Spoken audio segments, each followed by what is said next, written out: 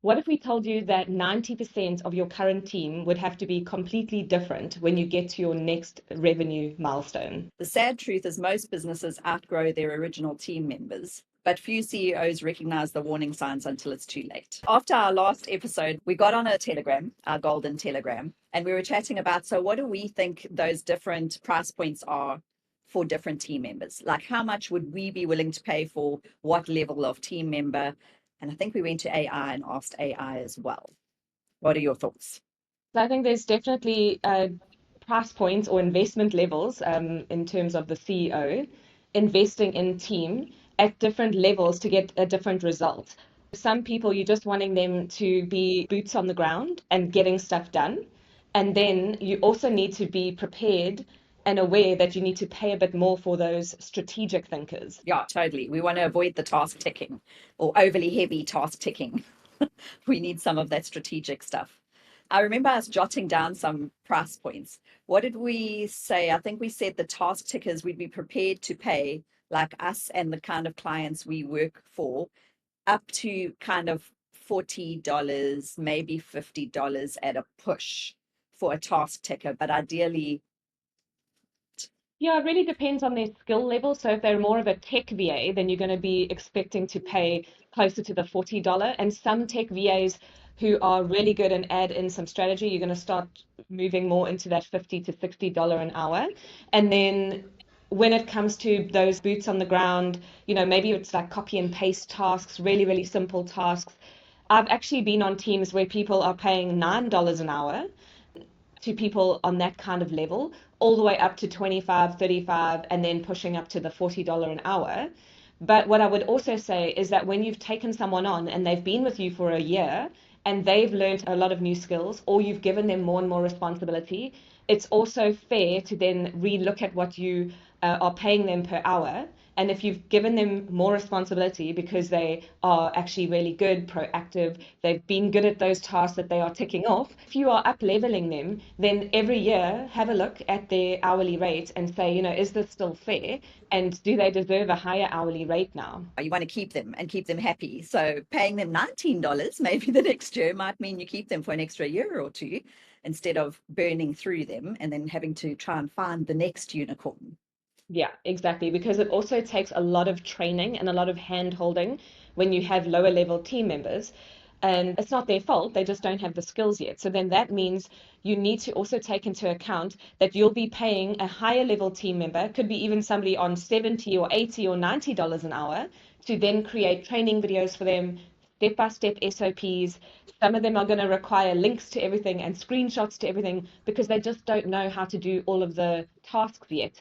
So when hiring the lower level people, you need to take into account it's either your like time or it's another high level COO, project manager, web developer kind of level person that you're going to need to pay for their hours to train that lower, investment team member.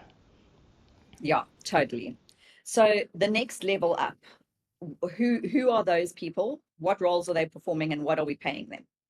Yeah, so what I've seen being on multiple teams for the last 3 years, and obviously having my own team, it does tend to be over the $40 an hour, maybe up to about $65 an hour, just depending. And this is where you're going to get someone with more technical skill, especially if you're looking for tech VAs, people that are going to work in your course hub, create your funnels for you, hook up your payment, checkouts, order bumps, all of that good stuff.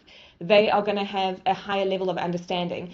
Something to keep in mind, even if they are at the $40 or $50 an hour, they may not know your specific system. So this is something I've seen. There's so many different systems, and we sometimes still need our higher level team members, like COO, web developer, to even train them on our specific checkouts and order bumps and systems, for funnels. Now, these people will be way quicker to train because they already have that technical understanding. So it's not the same as training somebody without that, who has no idea how to do things. This person already has an understanding. It's just that they need to know how it works in your system specifically. Yeah, totally. That tracks with everything I've seen on teams as well. Like good tech VAs that I've worked with on teams in the past are typically $35 to $45 mark. And definitely they're at a different level. They need a different level of training. You just are showing them how to do things differently a lot of the times, not explaining the basics of how to do a task. And then something else I've noticed is that when we create, for instance, we use ClickUp and we use it for our launch templates, or if we're launching a new digital product, to create the product, to create the carts and all the things like the tags and the active campaign or whatever system you're using. There's always a lot of steps involved in creating a cart and a checkout and a sales page, for example. Now, with a lower level person, you're going to need to put every single step in that ClickUp SOP, and you create the SOP, the step-by-step system, within ClickUp. You don't house it in a Google Doc with 50 million pages that no one's ever going to read.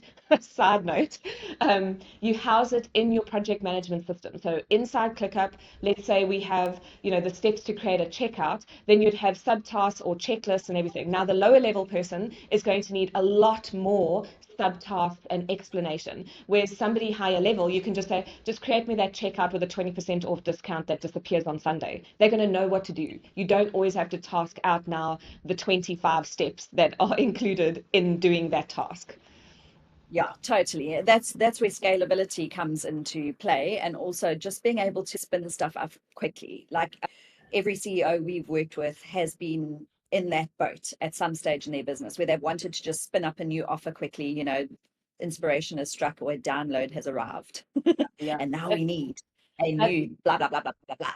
And then it's like, oh, but it can't just be, quickly gotten out. And I think there's a little bit of a juggle there as well. There's a little bit of a balancing act, between having a system that's easy and scalable and like fluid enough to be able to do that stuff really rapidly, and then also not half-assing it.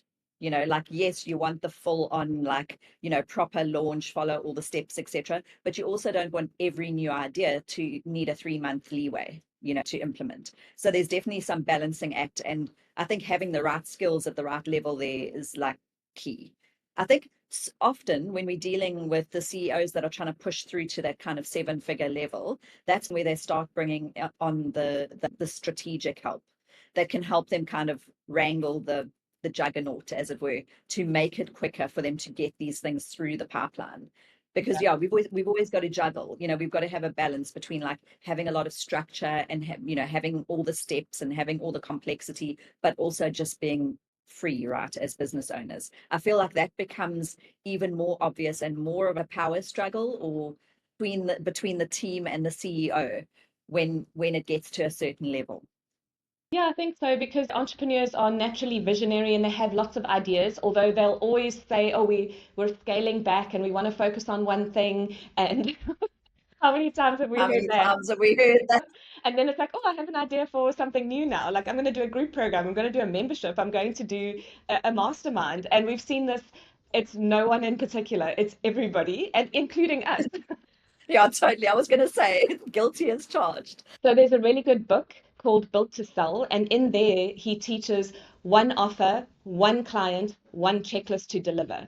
So that you have one offer, one ideal client that you're speaking to, so that your messaging becomes easy. And then from, the delivery point of view, you can create an SOP and checklist where, it's one checklist to deliver. So anytime you create a group program, a membership, a course, a consulting offer, whatever it is, just run it through that filter. Is it one offer for one client and one checklist to deliver? Now, obviously, the checklist can be, it's not just like 5 steps that you tick off on a piece of paper, but that's the concept. And when they are building businesses to sell, the businesses that sell the best are the ones that are simple in that way, where it's really easy to understand what the product is. And that can be, a course, a certification, a membership, whatever it is, to one ideal client and one way to deliver it every single time. And that's what makes it really easy to scale. Yeah, that makes sense. It is challenging, though, to keep ourselves on track as CEOs. Like you've said, I mean, so many of the CEOs that I've worked with, and I'm sure it's the same with you, are that manifesting generator, multi-passionate, A-type entrepreneurs. So it's literally, an idea a day kind of vibe. And so it's quite difficult to know how to wrangle that. And I think for us as well, being a supporting team member for CEOs, we can offer them a little bit of clarity or pushback.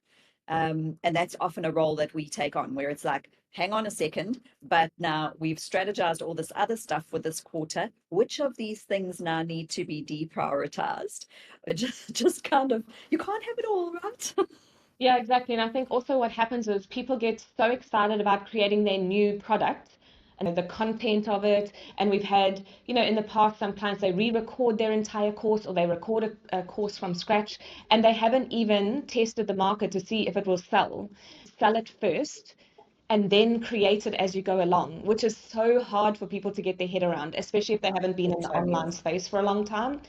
They want to create the back end and all the systems and make sure it's going to run properly and record professional videos and update their workbooks and change their course hub and all the tinkering around. And then it's so beautiful and amazing and they believe it's so valuable, but they didn't test it to the market. And then when they sell and they do a launch, they get a bit disappointed because they go, oh my word, if I look back, how much time did I spend on this? How much did I pay the videographer and the editor and the team and my project manager and the VA and they're like, I didn't even break even. But now remember, you might not break even on that first launch. You probably won't, especially if you did go down the more flashy route.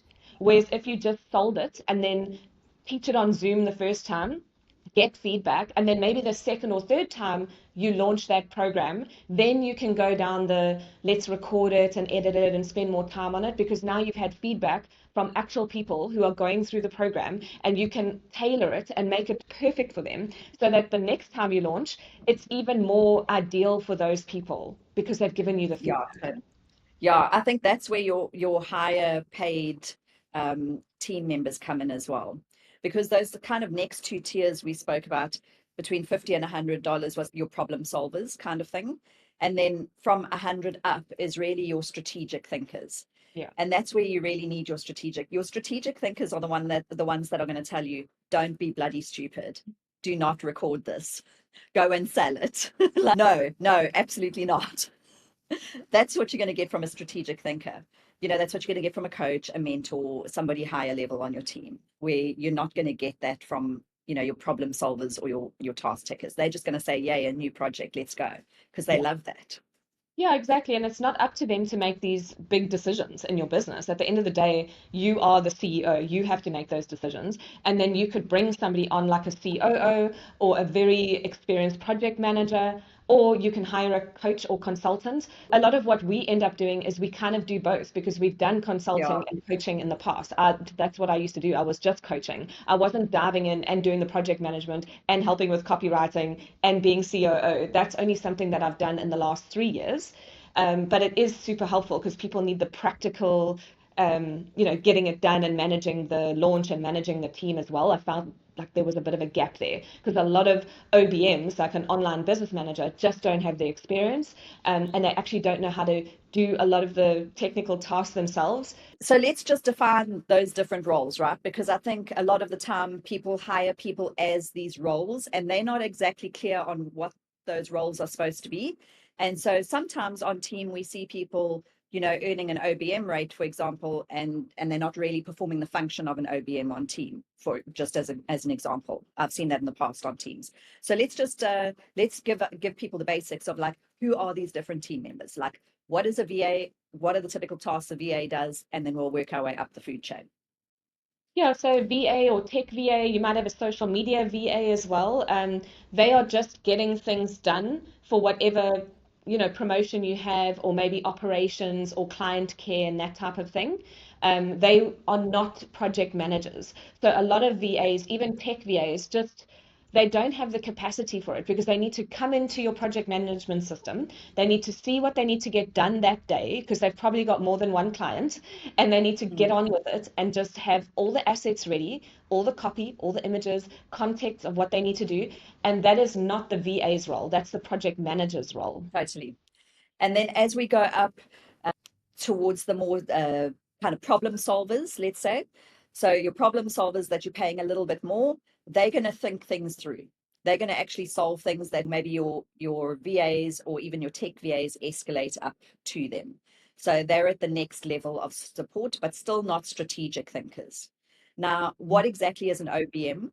What is a COO? Or like, what's the difference between those things? Yeah, so online business manager, I've actually seen people do their big launch breakdowns, and some of them will have a launch manager and a project manager. So the launch manager is like more the overall launch strategy and like what are we going to do when, all that type of thing. And then you can still have a project manager or an online business manager underneath that person who's doing the nitty gritty, like this is when this gets posted, that's when that email needs to go out. This is when we need to put the countdown time and when that needs to disappear. And then they're tasking out to the team and they're making sure the team are hitting their deadlines. Okay, so that's a launch manager. What's a COO? That's a chief operations officer, and that person is much higher level. They're working closely with the CEO. So the COO and the CEO are working closely together in terms of matching the CEO's vision of what they want to do and what they want to sell and how their brand wants to be and everything about the business. The COO is making sure that that can operationally happen when it comes to the marketing, when it comes to the day-to-day, when it comes to delivering and the client care. But they can only do so much, and that's why they tend to need to have more team to be able to delegate to. But the CEO and COO would be getting together on meetings and brainstorming and spitballing ideas, and then the COO would go off and create a more structured plan from that conversation and then start to task it out. And it depends how big the team is. Sometimes in the beginning, you're the CEO and you're the COO and you're the project manager and you just have a VA. So you need to fulfill all of those roles in your business. Like that's your job. You have to do all those things because it's your business. Then you get to a point where you decide, I don't want to spend my time doing this. So it's either going to cost you your time or your money. So you have to decide if you want to invest in that and not have to do all of those roles. And obviously, as you make more revenue, you can bring on those roles to take that off your plate. But that is an investment that you need to then decide. And sometimes it's because you actually don't have the skills. You don't know how to go and make these ideas happen. You either have to learn it or you have to hire someone to help you. I think a good rule of thumb or a good like who you need at what level in your business kind of guide is like how much time do you want out of your business? Like how much free time do you want? And that's going to determine like which team members and at what levels you bring on. Like I want to go and do a beach walk every day for 2 hours. I want to work 2 hours less. What do I need to fulfill that goal? That might be like when you starting out, if you're at that like just made the six figures and you're starting with your hiring, you're just going to get VAs to meet that goal, right? Because you just want to free up a little bit of your time to go and do something. But once you're talking about being able to go regularly away on extended breaks or maybe take extended sabbaticals, then you're going to bloody need a COO to do that. So you've got to like your expectations and your income, obviously your income goals and all the rest of that good stuff. All that's got to go in the melting pot for you to decide like what level you need to hire at. But I think you need to go you need to get to that COO level as quickly as you can, really, because that's where you start buying yourself freedom. Yeah, for sure, for sure. And we've seen that with clients who've taken sabbaticals. We've helped a client set everything up and take 3 months off. The way that we were able to do that, and we touched on this in episode 1 a bit more. So go check out episode 1 if you haven't listened to that yet.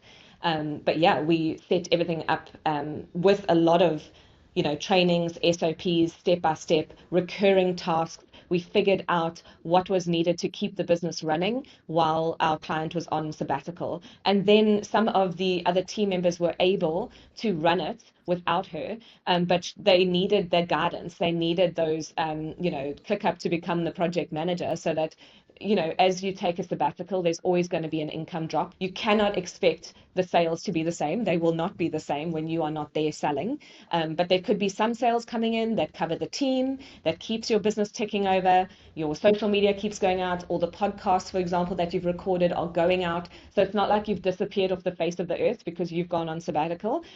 You need to figure it out, usually with a COO, and task it out, have recurring tasks so that those other team members like your social media manager and that kind of thing can keep things going while you've taken time off so that it's not so difficult when you come back from sabbatical to start up again. Okay, here's a good question. What would you say percentage of turnover wise CEOs should be spending on team? Oh, this is quite a tough one, and I would actually recommend using something like Claude AI to help you with this because it's quite nuanced. And I've seen it with some of my past clients, people that are scaling big time. I've seen them publicly talk about it on their social media where they intentionally reduced their profit margin because they knew they wanted to scale. So if you're making a 50% profit margin, that is incredible. Brick and mortar businesses, you'll know more about that than me because you had a Yeah, brick and mortar that you then sold as a franchise. I think for brick and mortar, you're lucky if you're making a 20% profit. Like people are smiling. absolutely. Knowing your numbers is key. I'll tell you something I've struggled with in my business as a CEO is this whole thing of scaling and team. I know that holds me back as a CEO for all the reasons we discuss, all the things we see on other people's teams. What do you need to be saying to yourself, or what decision-making questions do you need to ask yourself to free yourself of that mindset? Let's talk about warning signs, things that tell you it's time to scale, it's time to employ, it's time to whatever, and then the other side, warning signs when it's time to bring it back in. Yeah, I think one of the things is if you're struggling to deliver on what you've sold. If you are doing X amount of website builds, or with coaching, you've taken on so many coaching clients, or you've sold a group program and now you've got 30 people in there, you're going to need help to help with the delivery of it. You're going to need someone to be a community manager. You're going to need someone to download those live Zoom sessions that you did and put them in your course hub. That shouldn't be you anymore. And I think for a service provider, if you're battling to hit deadlines and you're like, I've got so many builds in the bag and I'm just not getting to them, I think that would be something. So really, Yeah, like when you start to miss deadlines and you start to find that you're working over, doing these all-nighters or working till midnight and starting to feel really tired, I think that's like a really yeah, good warning sign. totally. Yeah. Yeah, that leads to the whole famine and feast thing as well, if you're a service provider, because that kind of it's inevitable, right? So when you're busy with delivery, then your marketing slows down, especially if you don't have the big team, and then just leads to these kind of peaks and troughs in your business, which is exactly what we don't want as CEOs. Yeah, Okay, I so think that's warning signs and times to scale. Now let's talk about the flip side. When do you know that your team's too big, inefficient, juggernaut? Like, what are the warning signs of that? but something that I highly recommend implementing is team time tracking, because you do not know what your team is up to. You don't know what they're working on. Sometimes they could be working on the wrong thing that's not really moving the needle because somebody mentioned, oh, you know what, we really need to clean up the Google Drive. And then it's like, oh, great, let me go in and clean up the Google Drive. And then 20 hours later, they're still cleaning up the Google Drive. Don't get me wrong, I love organization. It's very nice to have a clean Google Drive. I've hired someone when I knew I had the money to invest and I did want my Google Drive to be sorted, and I knew, okay, I'm going to invest in this, and I gave them parameters and how many hours I want you to spend on it. Let's get this done, and that's a decision for me. But that's not going to bring in any money. No, Fixing my Google totally. Drive, cleaning up these things, doing all the back end, it's lovely and it's wonderful, but where are you at and do you need that to be done? So this is why we implement team time tracking, and we use timing app. So timing app is a recommendation I got from you actually, and it's such a great tool to automatically time track, but get your team on some kind of time tracking. Get those projects organized in the time tracking software so you can see how much time went into that launch, what are they actually working on, and surprise, you'll find out. Your Yeah, team, totally. especially if you've hired full-time team members, they're not even hitting their hours every week. They don't have enough to do. Yeah. Oh my gosh, we've seen this on Teams so many times. But the thing is, the CEO needs to also track their time. Oh yeah. It's so necessary for so many different levels. Like just understanding yourself in terms of like delivery and intentionality and time you spend ideating versus working in your business or whatever. If you don't have those metrics, like you can't make decisions, even hiring decisions. I think that's key, tracking the team time. Okay, so team time, picking up that they're not fulfilling the hours that they've committed to, that's a big red flag that you team heavy, as it were. When you hear the CEOs grumbling about team spend a lot, when team spend is a massive percentage of the income of the business, and where the CEO starts feeling like they're not paying themselves, right? Mm. That's a big red flag.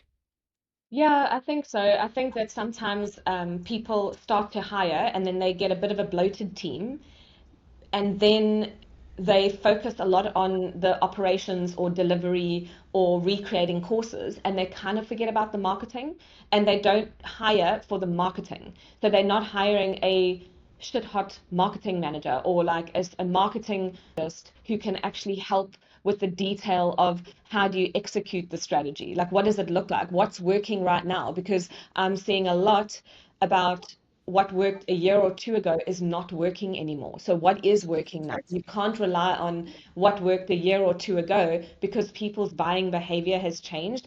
So you need those people with their ear to the ground and practical marketing experience.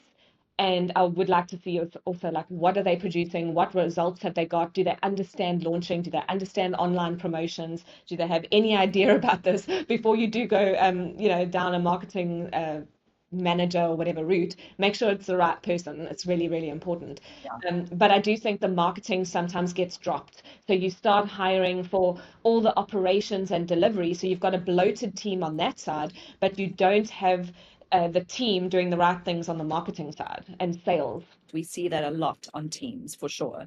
And going back to the comment you made about having somebody that's really ear to the ground and knows what's happening now, not last year's strategies, right? To a large extent, that's what you've got to be careful of when you go to AI for this information as well. Because depending on what AI you're using, it's not always trained on like the latest information. And that is where having a really shit hot strategist is going to really give you a lot more information and relevant information for today, especially if they work on a lot of different teams. We come with that experience because that's the beauty, right, of seeing implementations across lots of different kinds of businesses like we do, so you can see, oh, so and so is trying this launch method and that person's trying this launch method and this one's trying this real strategy and that one's trying that. In my case, I think I've got 55 clients on care plan. A lot of them are coaches, they're all doing courses and launching all the time, etc.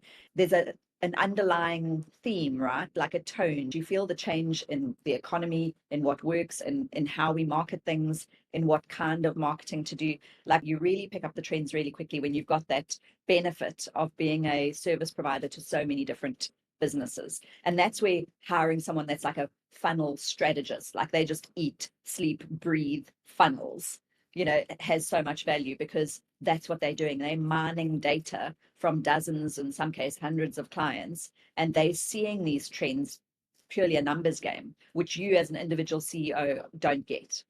The other thing is people that are working on our level, like a COO and, tech strategists and that type of thing. We're also following the leaders of the industry. If you don't know who the leaders of the industry are, you're not going to be able to pick up what they're talking about.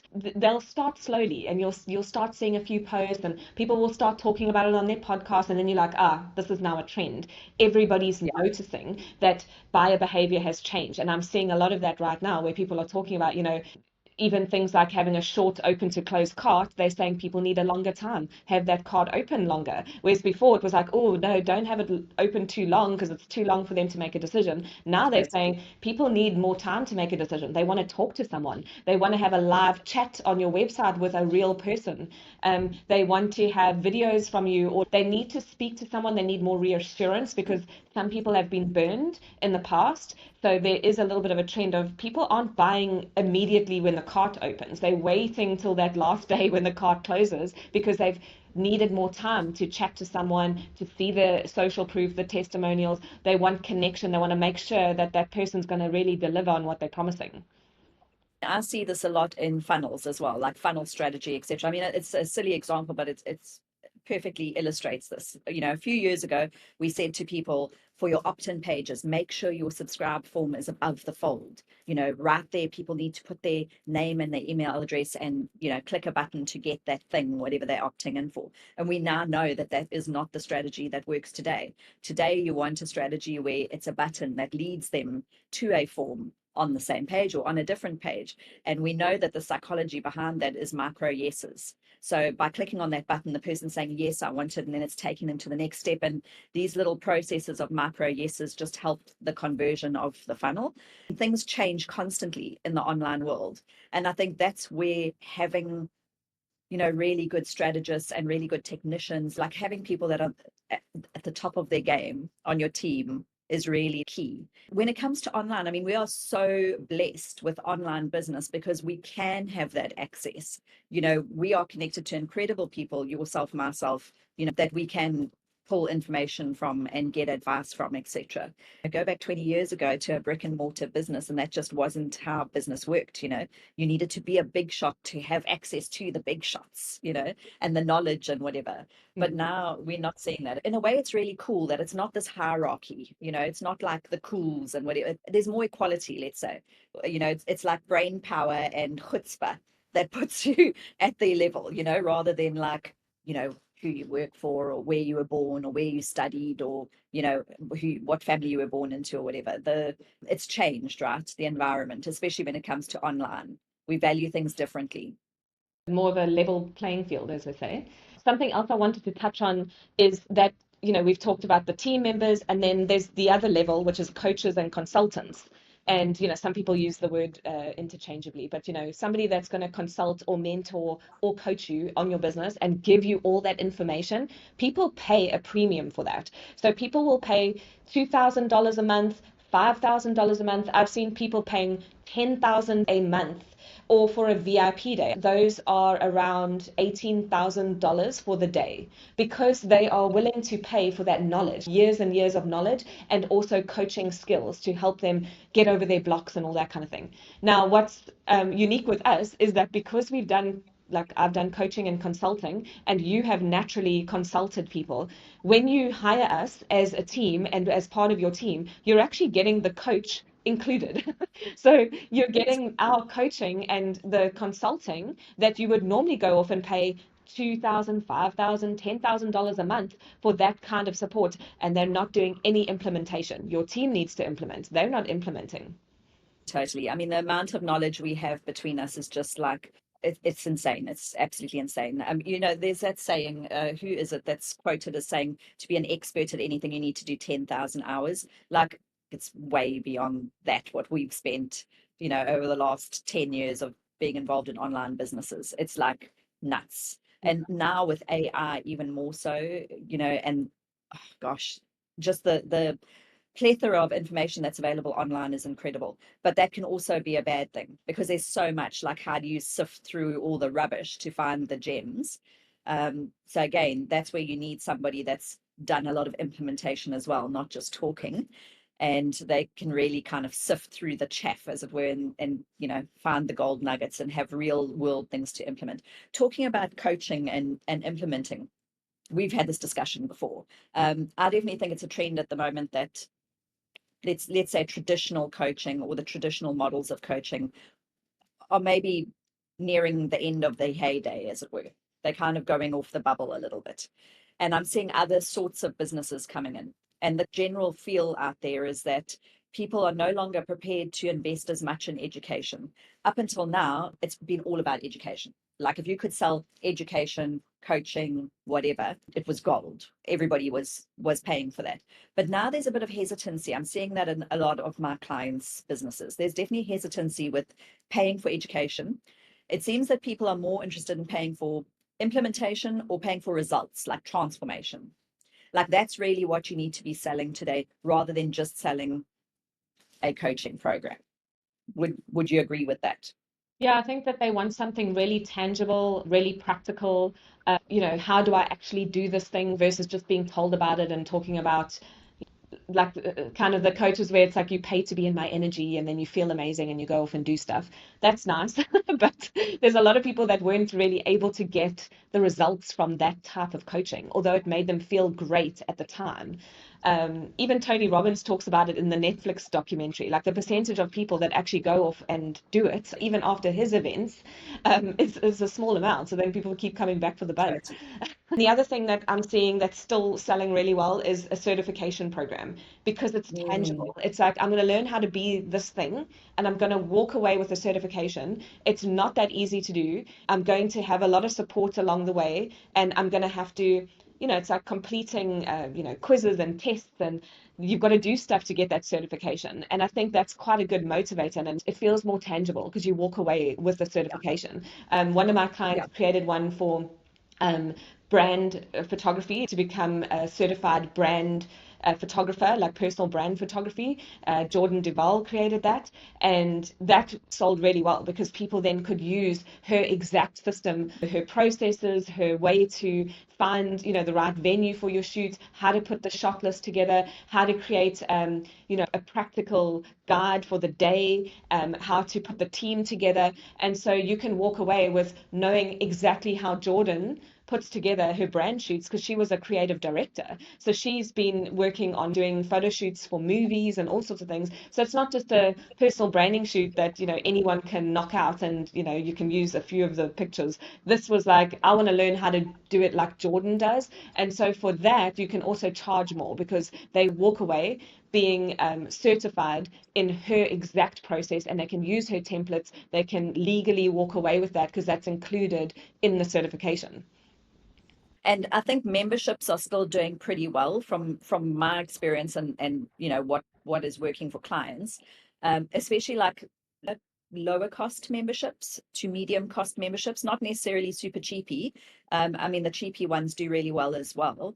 But any sort of membership that gets you more access, like we're seeing things like the Telegram groups, the Voxer groups, that kind of live chat, like asynchronous coaching, like that still seems to be doing well. And then memberships where you get access to the tools that the coach uses as well. I see that still doing really well. So I think it's like, it's important to know when to pivot. It's important to know when to actually, when it's not a shiny thing and when it's like an actual necessary new offer that needs to be kind of formed. But definitely, I'm definitely getting a sense of some changes in the industry. Different things are working, and things that worked in the past are not necessarily working as well anymore. Yeah, and I think you've also got to know your client. So a good example of exactly what you were talking about is a student of mine. She bought my Brand Your Expertise Online self-study version in about September, October of last year of 2024. Her name's Heavenly. That's her actual name. Her name is Heavenly. She's on Instagram. She's originally from South Africa, now living in Belgium, and her parents are in Mauritius.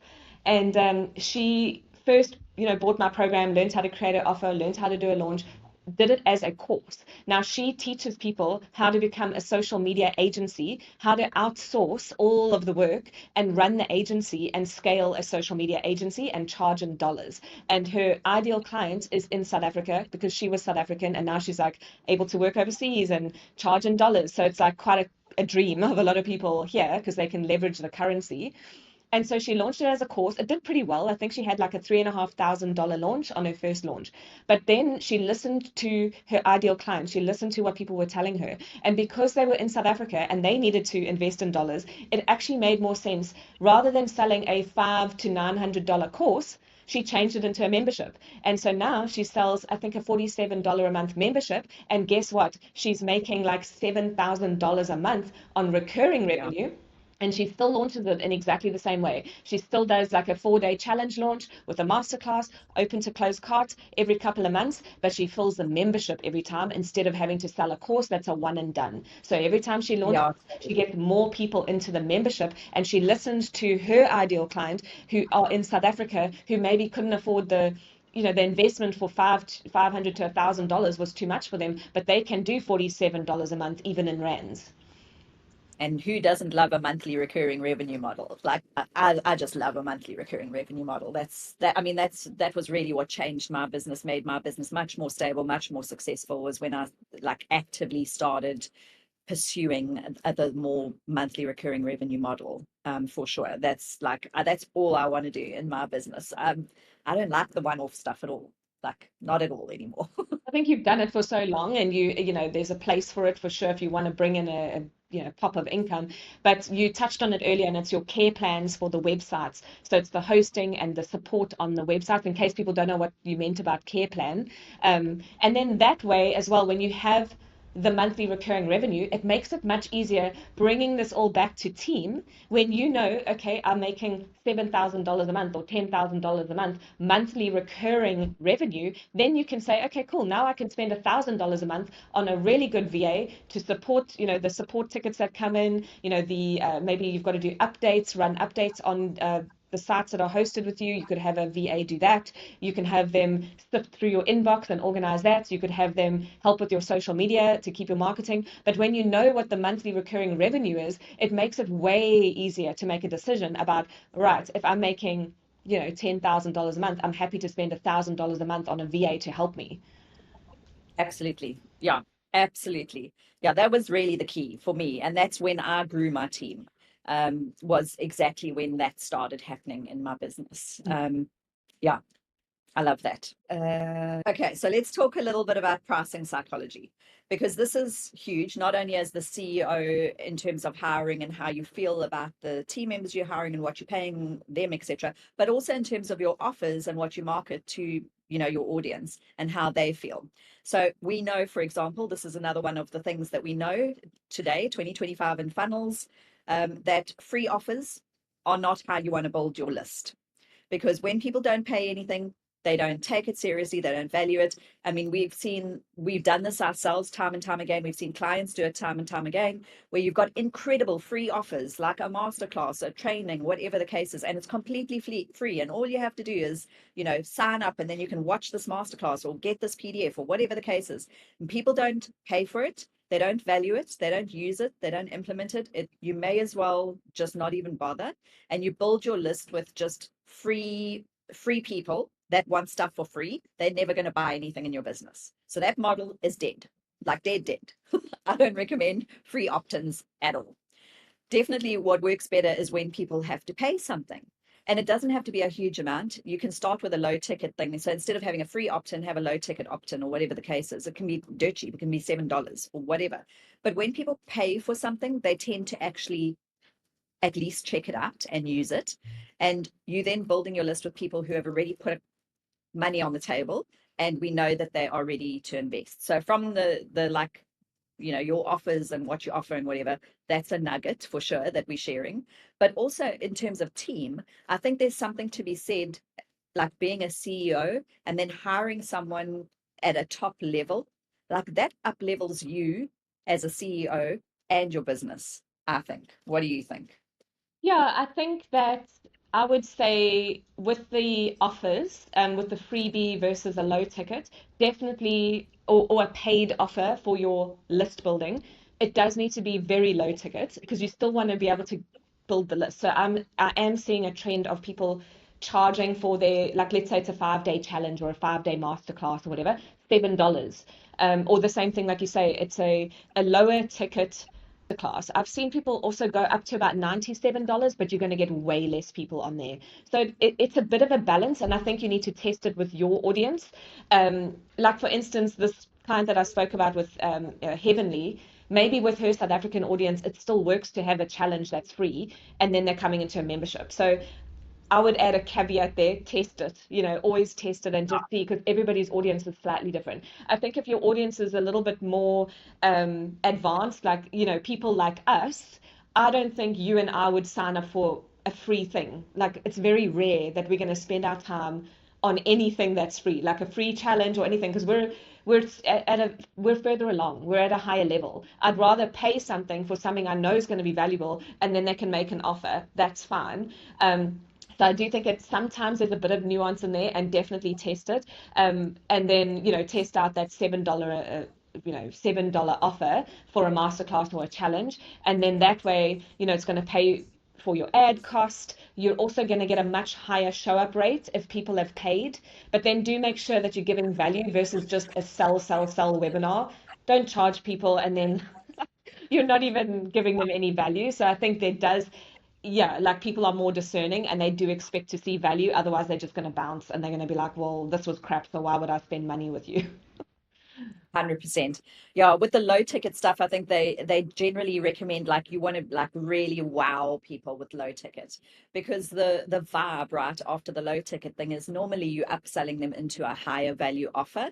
And when you get to the end of this low ticket thing, you want their kind of feel to be like, oh my gosh, this was incredible for like a $7 offer. I cannot believe how much value and knowledge and how great this was unbelievable. Imagine if I spent $1,000 on this program, that must be out of this world. Like that's the kind of vibe you're wanting to give people. So it's not like a low ticket, like, oh, like sort of sloppy seconds or some scraps on the floor or whatever. It needs to actually be high quality, low ticket. But let's circle back round to like how it makes you feel as as a CEO when you've spent high ticket on team. Yeah, for sure. I've also seen that like a CEO will definitely value somebody's opinion more if they're paying them more. So the people that are maybe, on a lower hourly rate, they're not going to go to them for advice, or even if they do suggest something, they often dismiss it. And that might be a good or bad thing. I don't know. Like sometimes the people on with the boots on the ground, like they're the ones doing the actual day to day. So maybe do take on some of their feedback, Mm-hmm. or take it on and then interpret it and see how it can be done in a better way. But when you are paying a higher rate, or I also see this a lot with CEOs that I've worked with, they'll have a team and there are amazing people on the team who know a lot. But they'll go and spend, say $5,000 on a VIP day with a coach, comes back with all the notes and the replay, and it's exactly the same thing that the team to do for the last year, but because they paid $5,000 for a consulting day, now they're going to listen. Yeah, oh my gosh, how many times have we seen that on Teams? 100%. Yeah, that we see all the time. Yep. So yeah, sometimes I think just pay your team actually for a VIP day. Actually pay your team I've and done get that. them on a team day. Yes. You know? As COO, project manager, launch manager, the thing is, I'm often more than just a COO, actually. Not all COOs do all the stuff that I do as well. But I have actually done that where they book me for a half day on Zoom, and then we plan out the whole year. We strategize everything. We go over the offers, who it's for, what are we going to promote when. And a day like that is so valuable. And I have actually done that with some of my clients where they do book me and then we plan out the year and we just strategize instead of them going off to another new consultant or coach who then needs to be debriefed and all the information has to be downloaded from the team, like downloaded from the team's brain and explained to the new consultant. Do you know how much time that takes to Oh, explain a complex business to new people all the time who know nothing about that business? That takes a lot of time, bringing in these new, like random consultants or agencies or whatever. They don't know anything about your business. Meanwhile, you're sitting there probably with a bit of a bloated team who you're not even tapping into properly. Like it's such a waste. I totally. see that happen a lot too. So I watched an Alex Hormozy, I think it was Diary of a CEO. I think it was Stephen Bartlett's episode with Alex Hormozy recently. And he had a good tip about hiring team. And he was like, when it's time to like now up level and hire team at that different, that like sort of higher level, you want to hire like the best person you can find. And his advice was that hiring that person brings good people with them, and we've seen this a lot. Obviously we do the same sort of thing on teams we work on, where you one or the other of us will get on a team and then you're like, oh, they really need some mentoring, or they need a COO, or they need structure, or they need this, that, and the other thing, and then I can refer them to you, or vice versa. You get on a team and you're like, oh, this person's online stuff is just a mess, like it needs a proper audit, whatever the case is, and then you bring me on team. So it's definitely good people find each other, right? Yeah. And they kind of recommend and bring good team with them.